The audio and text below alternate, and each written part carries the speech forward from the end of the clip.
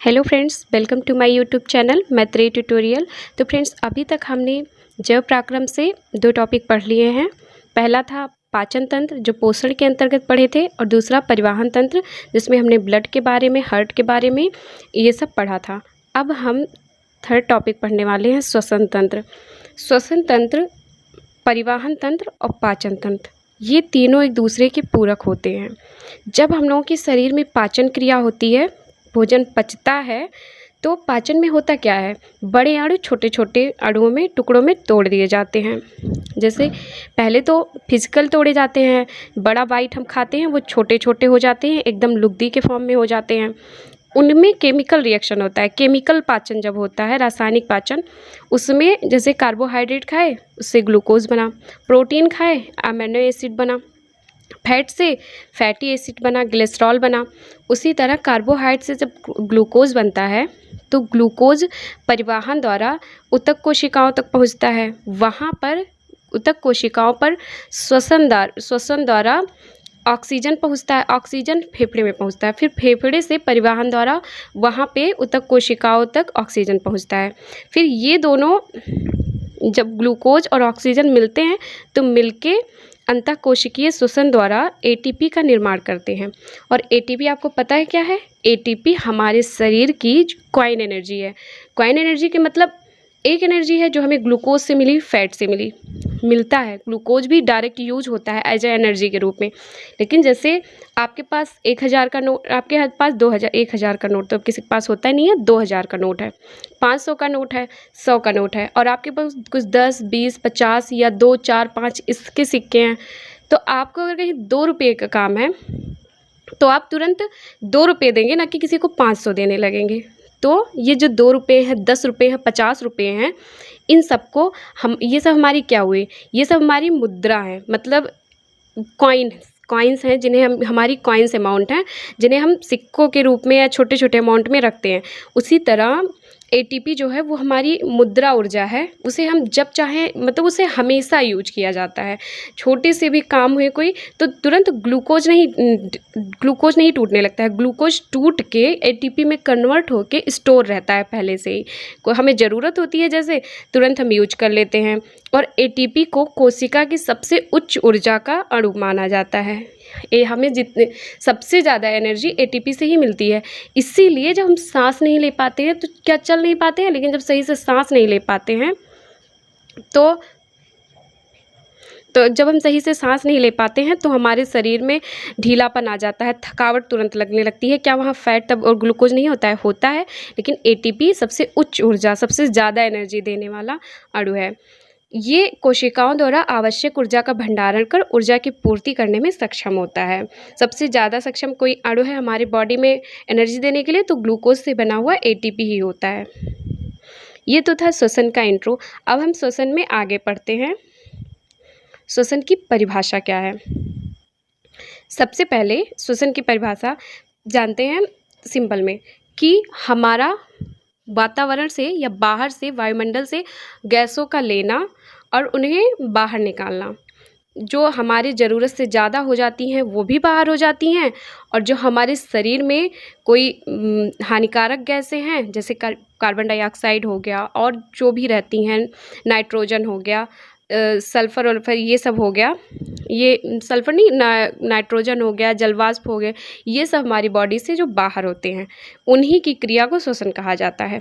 इसी को यहाँ मैंने लिखा है साइंस के लैंग्वेज में, कि वायुमंडल से ऑक्सीजन लेकर शरीर की कोशिकाओं में पहुँचाकर भोजन का जैविक ऑक्सीकरण या जारण करना तथा CO2 गैस का शरीर से बाहर निकालना, जीवों के शरीर में इस भौतिक एवं रासायनिक प्रक्रिया को श्वसन कहा जाता है। अब इसे हम आपको समझाते हैं कि जीवों के शरीर में वायुमंडल से ऑक्सीजन लेती हैं कोशिकाएं, उसके बाद उसे भोजन से जो ऑक्सीजन आता है उसका जैविक ऑक्सीकरण होता है। जो हमारा एटीपी बनता है उस क्रिया को जैविक ऑक्सीकरण कहा जाता है, क्योंकि ये क्रिया जीवों के अंदर होती है और इसमें ऑक्सीडेशन होता है, ऑक्सीकरण कहा जाता है। और CO2 गैस बाहर निकलता है। इसी भौतिक और रासायनिक क्रिया, भौतिक क्रिया जो हम सांस लिए भौतिक हो गई, अंदर जो एटीपी का फॉर्मेशन हो वो रासायनिक क्रिया हो गई। इसी क्रिया को श्वसन कहा जाता है। ये मैंने और इजी फॉर्म में लिखा है परिभाषा कि हवा और रक्त के बीच और रक्त और शरीर के बीच अंतः और बाह्य श्वसन द्वारा गैसों के आदान प्रदान या अदला बदली की क्रिया को श्वसन कहते हैं। जैसे हवा से रक्त में ऑक्सीजन गया, उसके बाद रक्त और शरीर के बीच में जैसे ऑक्सीजन फिर शरीर लेता है और कार्बन डाइऑक्साइड बाहर देता है रक्त को, फिर रक्त ले जाके खून जो होता है वो ले जाके लंग्स को देता है, लंग्स उसे बाहर करता है। ये बाह्य श्वसन होता है जो हम सांस लेते हैं, और अंदर जो क्रिया होती है उसे अंतः श्वसन कहते हैं। इन दोनों में जो अदला बदली होती है इसी क्रिया को श्वसन कहा जाता है। हमारे श्वसन का, हमारे सांस का सबसे महत्वपूर्ण भाग, हमारे सांस लेने का सबसे महत्वपूर्ण भाग होता है फेफड़ा या फुफ्फुस या लंग्स। इसीलिए क्योंकि फुफ्फुस, फेफड़ा या लंग्स, हम जो सांस लेते हैं वो लंग्स से ही लेते हैं, हम मुंह से और नाक से सांस नहीं लेते। ये सांस का मार्ग है, यहाँ से सांस लिया नहीं जाता है। इसीलिए यहाँ पर सांस लेकर आया हुआ ऑक्सीजन आरबीसी द्वारा कार्बन डाइऑक्साइड छोड़ दिया ऑक्सीजन, आरबीसी जो होता है वो ऑक्सीजन ले लेता है और कार्बन डाइऑक्साइड छोड़ देता है। इसीलिए हमारे अंदर जो हमारा सबसे महत्वपूर्ण भाग श्वसन में फुफ्फुस है, इसीलिए हमारे श्वसन तंत्र को फुफ्फुसीय श्वसन तंत्र कहा जाता है। अब आगे हम पढ़ते हैं श्वसन तंत्र के अंग। ये है नहीं हाई स्कूल में, लेकिन श्वसन के बारे में सब दिया गया है और उसके अंग ही नहीं दिए गए हैं, तो फिर आप बिना उसके बारे में इंट्रो जाने बिना आप क्या समझेंगे। इसीलिए हमने इसका इंट्रो मात्र हम हर अंग के बारे में आपको बताएंगे। सबसे पहले मैंने आपको पहले ही बताया कि हम नाक से सांस लेते हैं, केवल वो हवा जाने का मार्ग है। हम सांस फेफड़े से लेते हैं, क्योंकि कभी कभी जब जुकाम होने पे नाक जम जाता है तो ऐसा थोड़ी ना कि हमारा सांस लेना बंद हो जाता है, तब मुंह से सांस लेते हैं। इसका मतलब कोई और है जो इसमें ज़्यादा इम्पॉर्टेंट है। तो जैसे नसिका, नसिका है ये, नसिका, यहाँ से हम लोग सांस लिए, ये क्या है नसिका के बारे में, ये श्वसन तंत्र का पहला दौर है। इसके आगे के भाग पे यहाँ पे 2 छेद होते हैं जिसे नासा छिद्र कहा जाता है। नाक में अंदर संवेदी पेशियाँ पाई जाती हैं, उसी से जब हम कोई बदबू हो रहा होता है, कोई महक आ रही होती है, तो हम सूंघ के जान जाते हैं कि हाँ मतलब कोई ये बदबू है या महक है, या कोई भी जैसे गंध हुई उसे हम पहचानते हैं, क्योंकि यहाँ पे संवेदी पेशियाँ होती हैं जिससे हम जान पाते हैं। और आगे के भाग में आप देखते होंगे नाक में बाल होते हैं, वो रोम जो होते हैं उनका एक जाल होता है, वो जो मिट्टी धूल कण होते हैं उन्हें रोक लेते हैं। उसके पीछे एक श्लेष्मा ग्रंथि होती है, म्यूकस ग्लैंड। आगे जो मिट्टी वगैरह नहीं रुक पाती हैं वो आगे जाके चिपक जाती हैं, जिससे वो सांस नली में अंदर ना जाने पाएँ और अंदर जाके फेफड़े तक पहुंच के उसे कोई नुकसान ना पहुंचाएं। अब ये ग्रसनी, ग्रसनी के बारे में मैंने डाइजेशन वाले चैप्टर में भी पढ़ाया था। ये भोजन और श्वसन का एक साझेदारी का मार्ग है। यहाँ से आप खाना खाएं वो भी इधर से होके आता है, यहाँ जब सांस लेते हैं तो ये भी। इसके बीच में एक वॉल लगा होता है, जब हम खाना खाते हैं तो ये वॉल सांस की तरफ चला जाता है, जब सांस लेते हैं तो ये खाने की तरफ रहता है।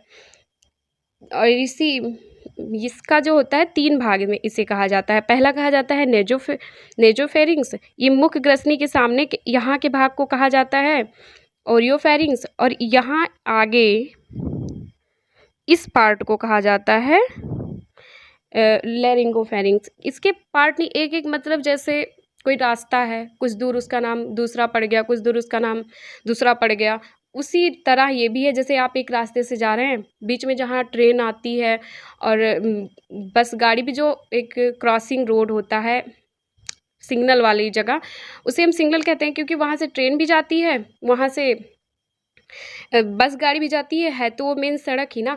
वैसे सेम है, जब गाड़ी को रोकना होता है तो गिर जाता है सिग्नल, और उसके बाद ट्रेन चली जाती है तो फिर सब लोग अपना नॉर्मली आते जाते हैं। सेम यही सिचुएशन यहाँ पे ग्रसनी पे भी होता है। उसके आगे, इसके आगे है सांस नली। ये सांस नली है। सांस नली जो है ये 10 से 12 सेंटीमीटर लंबी होती है। ये गर्दन से सीने के ऊपरी भाग तक होती है, यहाँ तक। ये सांस नली आगे चल के 2 भागों में बढ़ जाती है। दो भागों में बट जाती है, जहाँ इसे ब्रोंकाई कहते हैं या श्वसनी कहते हैं। ये श्वसनी दाएं और बाएं फेफड़े में दोनों अपने अपने तरफ चली जाती है। यहाँ इससे एक जाल सा निकलता है, मतलब जैसे पेड़ पे एक टहनी से टहनी निकलते रहते हैं, उसी तरह इससे भी निकलता है। तो इसके जो और छोटे छोटे भाग निकलते हैं उसे ब्रेंक्यूल्स कहते हैं। उन्हीं ब्रेंक्यूल्स जो होते हैं वो कुछ दूर पे जाके पूरा डेवलप नहीं होते हैं, ऐसे गोल गोल गुच्छे नुमा, मतलब रिंग टाइप का एक स्ट्रक्चर बना लेते हैं छल्ले की तरह, और वो फूल आता है। उसमें वो जो छल्ला होता है उसे वायुकोश या एल्वियोली कहते हैं। यहीं से वायु से जो हवा आता है, ऑक्सीजन, ये आरबीसी लेके और कार्बन डाइऑक्साइड बाहर निकालता है। उसका लेन देन जो मीटिंग का जगह होता है वही एल्वियोली में होता है, क्योंकि एल्वियोली में जो वो रुधिर वाहिनियाँ बहुत ज़्यादा पाई जाती हैं, तो यही ब्लड लेके आती हैं। इसके आगे ब्लड नहीं, इसके आगे म्यूकस भरा होता है लंग्स में। उसके बाद हम समझते हैं लंग्स क्या है। ये जो यहाँ तक का स्ट्रक्चर है, ऐसे लंग्स एक थैलीनुमा चिपचिपा जैसे वक्षीय गुहा का एक जोड़ी फेफड़े पाए जाते हैं। ये बहुत कोमल और महत्वपूर्ण अंग हैं। इनकी सुरक्षा के लिए ऊपर से ऐसे ऐसे पसलियाँ पाई जाती हैं, ऐसे ऐसे लंग्स पे पसलियाँ पाई जाती हैं। ये इसे बहुत मजबूत आवरण बना के इसे अंदर ढके रहते हैं। इसमें एक गाढ़ा चिपचिपा फेफड़ों में पदार्थ होता है जो इसकी क्रियाशील होने पर फेफड़े रगड़ न खाएं, रगड़ के मतलब उनमें कोई दिक्कत ना हो, इसलिए इसे बाहर से और ज़्यादा प्रोटेक्शन देते हैं। जो दायां फेफड़ा होता है, दाएं तरफ का फेफड़ा, वो बाएं तरफ के फेफड़े से ज़्यादा फैला होता है, क्योंकि बाएं तरफ के फेफड़े के नीचे हृदय पाया जाता है, जिससे बहुत ज़्यादा नहीं फैल पाता है। मतलब बहुत ज़्यादा नहीं, थोड़ा 19-20 का फ़र्क होता है, लेकिन दाएं तरफ का फेफड़ा ज़्यादा फैला होता है। जैसे दाएं तरफ की किडनी थोड़ी नीचे हो जाती है, क्यों? क्योंकि लीवर का दबाव बहुत ज़्यादा पड़ता है, तो वो उसका पॉस्चर जो होता है वो थोड़ा दब जाता है नीचे की तरफ, लेकिन वो बहुत ज़्यादा एक दो बित्ता नीचे नहीं होता, थोड़ा सा ऊपर नीचे होता है। इसके बाद हम जानते हैं आगे डायफ्राम के बारे में। ये है डायफ्राम। डायफ्राम क्या है? ये श्वसन तंत्र का सबसे, हमारे सांस का जो हम अभी तक पढ़े हैं, जितने पार्ट पढ़े हैं, उसमें सबसे मजबूत मांसपेशी का कोई भाग है तो वो डायफ्राम ही है। डायफ्राम इन दोनों फेफड़ों को बहुत नीचे ना आने पाए, बहुत ऊपर ना जाने पाए, इसके लिए उसे सही जगह पे टिकाए रखता है। और सांस लेने में 70% जो महत्वपूर्ण भूमिका है वो डायफ्राम निभाता है। अगर कोई गिर पड़े, उसके पसलियाँ, ये जो ऊपर जाल बताए हैं, इनमें से कोई चीज़ टूट जाए तो उतना फ़र्क नहीं पड़ता, लेकिन डायफ्राम थोड़ा सा भी क्रैक हो जाए तो उस इंसान की मृत्यु हो जाएगी, क्योंकि यही जो होता है ये लंग्स को पुश करता है सांस लेने के लिए। ये जो होता है ये वक्ष गुहा और उदर गुहा को विभाजित भी करता है। जैसे कि आज ये जानते हैं अब हम कि वक्ष गुहा और उदर गुहा क्या होती है। जैसे कि ये जहाँ तक ब्रेन का पार्ट है, इसको हमारी बॉडी में कपालीय गुहा कहा जाता है या क्रेनियल कैविटी कहा जाता है। उसके बाद यहाँ से और यहाँ तक का भाग जो है, यहाँ से और यहाँ तक का भाग, लंग मतलब डायफ्राम के ऊपर के भाग को वक्ष गुहा कहा जाता है, या इसे थोरेसिक कैविटी कहा जाता है।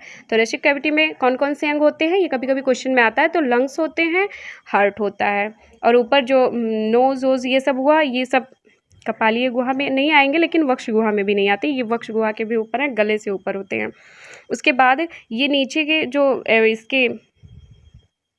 इसके नीचे का जितना पेट का भाग होता है, कमर से ऊपर और इससे लंग्स से नीचे के जितने भाग हैं, इन्हें कहा जाता है एब्डोमिनल कैविटी। एब्डोमिनल कैविटी मतलब उदर गुहा, पेट के जितने भाग हैं, मतलब पाचन तंत्र से रिलेटेड जितने हैं, और पूरा एब्डोमिनल, उसके नीचे के भी भाग को मिला के पूरा बैक से अगर लेते हैं तो इस पूरे भाग को कहते हैं, जैसे सर से लेके कमर तक पूरे भाग को कहा जाता है डॉर्सल कैविटी या पृष्ठीय गुहा।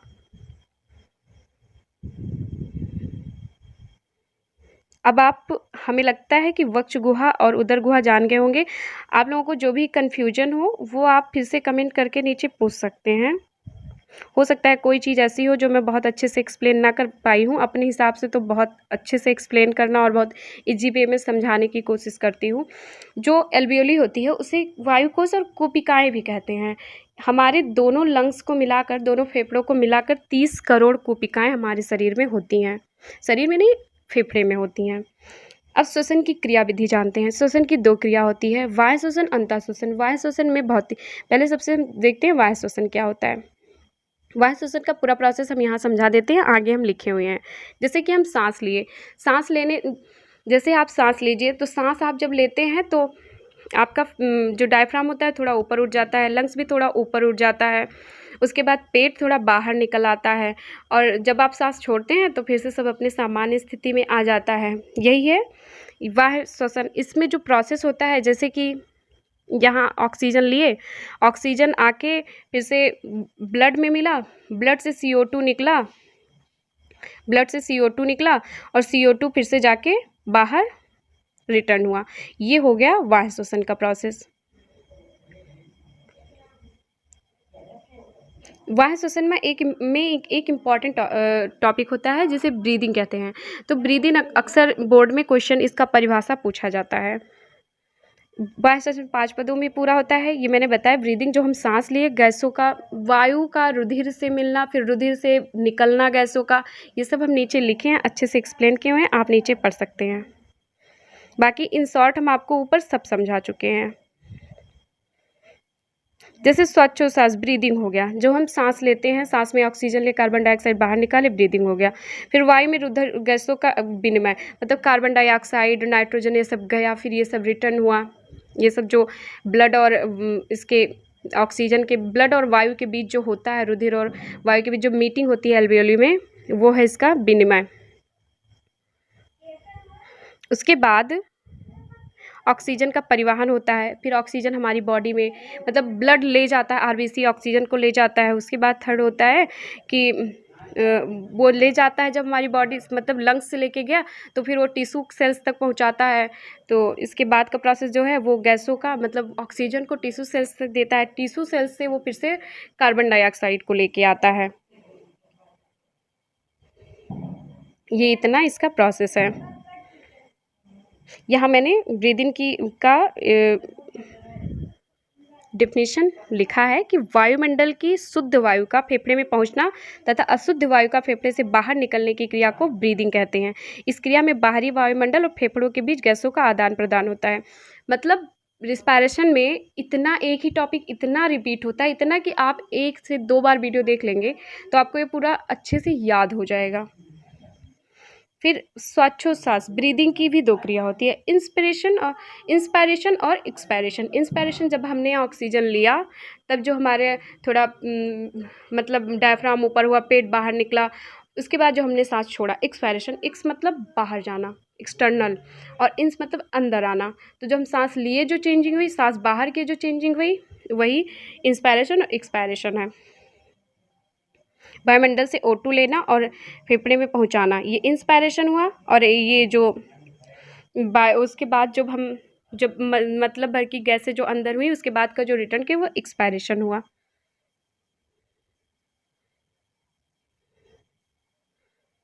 श्वासोच्छ्वास और श्वसन में अंतर क्या है? वैसे जब आप थोड़े हाई लेवल पर पढ़ेंगे तो श्वासोच्छ्वास जो ब्रीदिंग है ये रिस्पायरेशन के अंडर में आता है। ये रिस्पायरेशन का फिजिकल, मतलब भौतिक जो क्रिया होती है वो है वाह्य श्वसन या श्वासोच्छ्वास जो है। लेकिन हाई स्कूल में इनमें डिफरेंस आता है, तो इस दोनों का डिफरेंस भी हम यहाँ दे दिए हैं। इसीलिए मैंने इसे डायरेक्ट बुक से लिया है, मैंने इसमें कुछ अलग से नहीं दिया है, क्योंकि मुझे ये श्वसन का ही टॉपिक लगता है।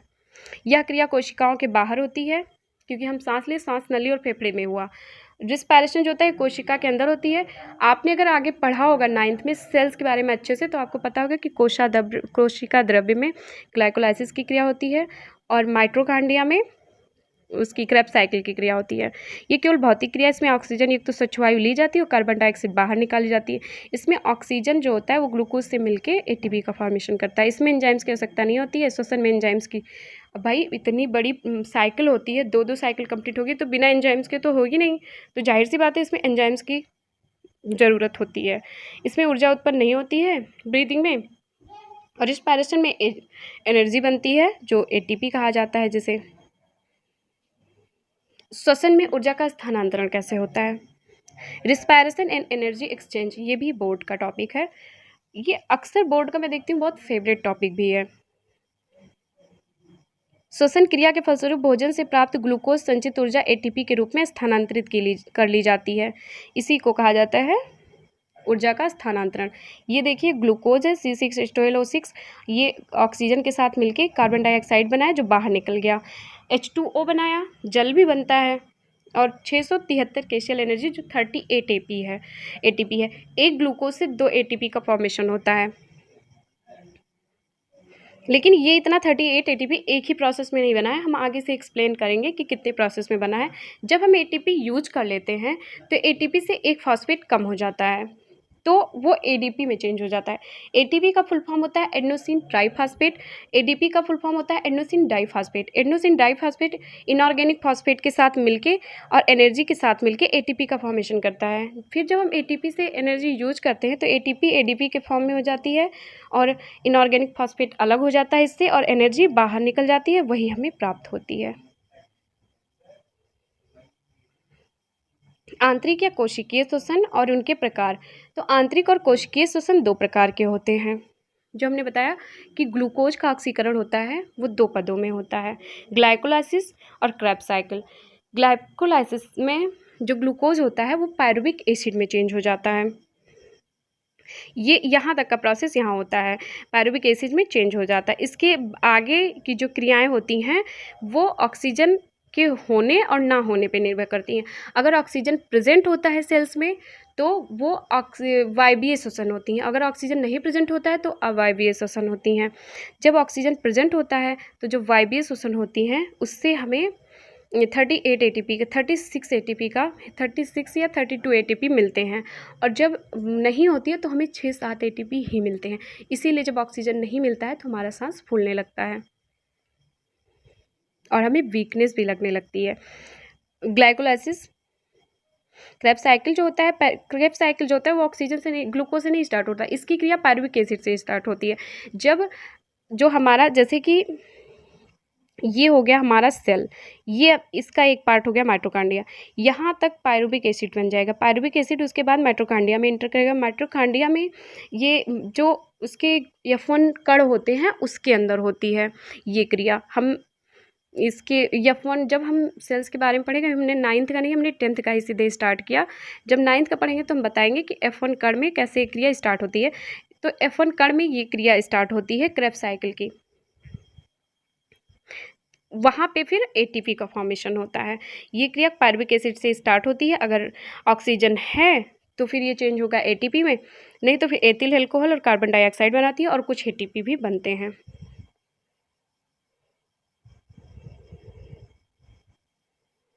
एटीपी की उत्पत्ति जनरेशन ऑफ एटीपी कैसे बनता है। ग्लाइकोलाइसिस से 8 एटीपी का फॉर्मेशन होता है।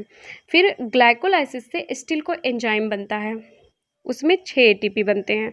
उसके बाद स्टील को एंजाइम से 24 एटीपी का फॉर्मेशन होता है। फिर ये टोटल मिला के 38 एटीपी होते हैं। जब पायरुविक एसिड बनता है तो पायरुविक एसिड इंटर करते ही स्टील को एंजाइम में चेंज हो जाता है, तो उतने में ये थोड़ा ज़्यादा एटीपी का फॉर्मेशन करता है जब वो साइटोप्लाज्म से माइटोकांड्रिया में जाता है, इसलिए उसका अलग से एटीपी का यहाँ पे मेंशन किया गया है। वरना बीच बीच में 1-2 एटीपी बनते रहते हैं पूरे प्रोसेस में, उसका मेंशन यहाँ नहीं किया गया है। अब यहाँ समझते हैं कि श्वसन चक्र और श्वसन दर क्या है। श्वसन चक्र जो होता है, जैसे कि हमने सांस लिया, सांस बाहर किया और सांस अंदर लिया, इसका जो प्रोसेस है इसी को श्वसन चक्र कहा जाता है। सांस अंदर लेना और बाहर करना। एक अगर कोई मतलब अपने सही पोस्चर में है, ना वो बहुत काम कर रहा है ना वो एकदम शांति से बैठा है, नॉर्मल जो एक सिचुएशन होती है इंसान के बैठने की उठने की, उसमें इंसान 1 मिनट में 12 से 15 बार सांस लेता है। और जो न्यूबॉर्न बेबी होता है, नवजात शिशु, वो जब अपनी माँ के पेट से बाहर आता है तो वो जब पहली बार रोता है तो वो पहली बार सांस लेता है। इसके पहले वो अपनी माँ के ऑक्सीजन जो उसकी माँ सांस लेती हैं उससे जो ऑक्सीजन मिलता है उसी से वो अपनी उसकी बॉडी में एटीपी का फॉर्मेशन होता है। उसके पहले वो सांस नहीं लेता, ब्रीदिंग नहीं करता है, उसमें इंट्रासेलुलर जो अंतः श्वसन होता है वो श्वसन होता है, बाह्य श्वसन नहीं होता है। अब श्वसन दर का ऊंचाई से क्या प्रभाव पड़ता है। जब वायु का घनत्व समुद्र सतह से ऊपर उठने पर कम हो जाता है। इससे इसमें उपस्थित गैसों का वायुदाब भी कम हो जाता है। अतः पहाड़ों पर चलते समय ऊंचाई के साथ साथ O2 की मात्रा कम हो जाती है और शरीर में O2 की मात्रा कम होने से के कारण सांस फूलने लगता है। विभिन्न ऊंचाइयों पर सांस दर के अलग अलग प्रभाव पड़ता है। जैसे कि आप 3500 से 4000 मीटर की ऊंचाई पे हैं तो O2 की कमी होगी, थकावट होगी। उसके बाद बॉडी क्या है कि शरीर ढीला पड़ जाएगा, सिर दर्द होगा, मिचली आएगी, पलटी आती है। अक्सर इसीलिए लोग पहाड़ी एरिया में जब घूमने टहलने जाते हैं तो कुछ लोगों को बहुत पलटी होती है। उसके बाद 5000 से 6000 मीटर की ऊंचाई पर बॉडी में जो वो O2 कम हो जाएंगे। CO2 भी कम होने लगेगा। जब O2 और CO2 का एक्सचेंज ही तो होता है, तो इससे बॉडी में pH बढ़ जाएगा, जिससे हमारी जो श्वसन दर होगी वो तेज़ हो जाएगी, मतलब तेज़ी से सांस लेने लगेंगे जल्दी। उसके बाद 6000 से अधिक ऊंचाई पे O2 की मात्रा बहुत कम हो जाती है और आदमी जो होता है वो बेहोश होने लगता है। इसमें कृत्रिम ऑक्सीजन लिया जाता है, जो ऑक्सीजन सिलेंडर होते हैं उनका यूज होता है। 11000 के मीटर या उससे ऊपर जो होता है वहाँ पे कृत्रिम O2 भी नहीं काम में आता है। इसी कारण हवाई जहाज जो होते हैं वो वायुरुद्ध बनाए जाते हैं। यहाँ पे है कंपोजिशन ऑफ ब्रीदिंग कि हमने कितना लिया और कितना बाहर किया सांस। इसका है जो हम नाइट्रोजन लेते हैं 79%, ऑक्सीजन 21%, कार्बन डाइऑक्साइड 0.3% और जल वाष्प 0.25% बाहर निकालते हैं। नाइट्रोजन पूरा निकाल देते हैं, ऑक्सीजन 17% बाहर निकालते हैं, कार्बन डाइऑक्साइड 4% बाहर निकालते हैं, जल वाष्प 6% बाहर निकालते हैं। अब वायु कोष्ठक जो होते हैं एल्वियोली, उनमें स्टोर हो जाता है कुछ 79% नाइट्रोजन स्टोर कर लेता है, ऑक्सीजन 13.5%, कार्बन डाइऑक्साइड 5.8%, जल वाष्प जो होता है वो 6.5%। एक ही बार में ये नहीं होता है, इतना उसमें हमेशा स्टोर रहता है। हम अपनी सांस द्वारा पर डे 400 ml जल प्रतिदिन हमारे सांस से बाहर निकलता है और वायु कोष्ठक जो होते हैं उसमें 2300 ml जो कार्यात्मक वायु होती है वो हमेशा अवशेष भरा रहता है। इसीलिए फेफड़े कभी वायु रहित नहीं होते हैं। इसलिए आप देखते होंगे कभी कभी कोई बेहोश होता है अचानक से तो लोग उसके फेफड़े पे दबाव मारते हैं, वो इसीलिए ये जो इमरजेंसी वाला एक्टिव हवा होता है, एक्टिव ऑक्सीजन होता है, या फिर मतलब ये तो पूरा हवा भरा रहता है उसके अंदर, तो ये जिससे वो एक्टिव होकर तुरंत बाहर निकले, उसमें सांस आने लगे। ये हमारी बॉडी का समझ लीजिए स्टोर वायु ऑक्सीजन सिलेंडर है। अब श्वसन और दाहन में अंतर, ये भी बोर्ड का बहुत फेवरेट टॉपिक है, श्वसन और दाहन में अंतर। अब श्वसन क्या है? श्वसन में भी ऑक्सीजन जल के हमें एनर्जी ही मिलती है। और दहन क्या है? जैसे आप कोई भी चीज़ जलाए उससे जो एनर्जी मतलब कि लाइट जो मिलती है, लाइट भी एनर्जी ही है। उसके बाद आप कोई चीज़ जो घास फूस जलाते हैं, कागज़ वागज़ जलाते हैं, ये सब दहन में आता है। यह क्रिया जीवों में होती है श्वसन, यह क्रिया भौतिक वातावरण में होती है। इसमें ऊर्जा की थोड़ी थोड़ी मात्रा कई चरणों या पदों में कंप्लीट होती है, जो कि मैंने बताया ग्लाइकोलाइसिस और क्रेब्स साइकिल। ये संपूर्ण ऊर्जा एक साथ मुक्त होती है। विमुक्त ऊर्जा में एटीपी स्टोर कर लिया जाता है, एटीपी बना के, और जो हमारी एनर्जी होती है उसे एटीपी के रूप में बदल के रख लिया जाता है। और इसमें कोई ऊर्जा नहीं, तुरंत लाइट में कन्वर्ट हो जाती है। जो हमें जैसे हम कागज़ जलाए तो उसे कहीं स्टोर थोड़े ना करने वाले हैं, उसके जो उससे उजाला हुआ वो तुरंत जल के प्रकाश दे के और ख़त्म हो जाता है। और फिर इसमें जो हम एनर्जी जैसे एटीपी ले, उसे अपने आवश्यकता अनुसार जब चाहते हैं तब यूज कर लेते हैं, नहीं तो स्टोर रहता है। इसमें पूरी ऊर्जा तेज़ी से फैल जाती है, उसे स्टोर करने का या रोकने का कई चरणों में करने का टाइम नहीं मिलता है। और जो श्वसन क्रिया होती है, इसका सामान्य जो दैहिक ताप जो हमारी बॉडी का 37 डिग्री सेल्सियस टेम्परेचर होता है उस पर होता है। और इस क्रिया में एंजाइम्स भी भाग लेते हैं। जब जो साइकिल वगैरह मैंने बताया वो सब होता है, उसमें एंजाइम्स भी भाग लेते हैं। और इस क्रिया में कोई एंजाइम भाग नहीं लेता है। दैहिक क्रिया, ये कंबशन मतलब दहन में कोई भी क्रिया भाग नहीं लेता। तो अगर आपने मेरे वीडियोस को यहाँ तक देखा है तो आपको बहुत बहुत धन्यवाद। मेरे इस चैनल पे मेरे और भी वीडियोस हैं, उन्हें भी देखिए, अपना कॉन्सेप्ट क्लियर कीजिए। कुछ समझ में ना आए तो उसे पूछ सकते हैं, या मुझे कोई और इम्प्रूवमेंट करनी चाहिए, कोई और चेंजिंग करनी चाहिए, उसका फीडबैक आप दे सकते हैं मेरे चैनल पर नीचे कमेंट बॉक्स में। और मेरे चैनल को सब्सक्राइब करना और शेयर करना बिल्कुल मत भूलिएगा।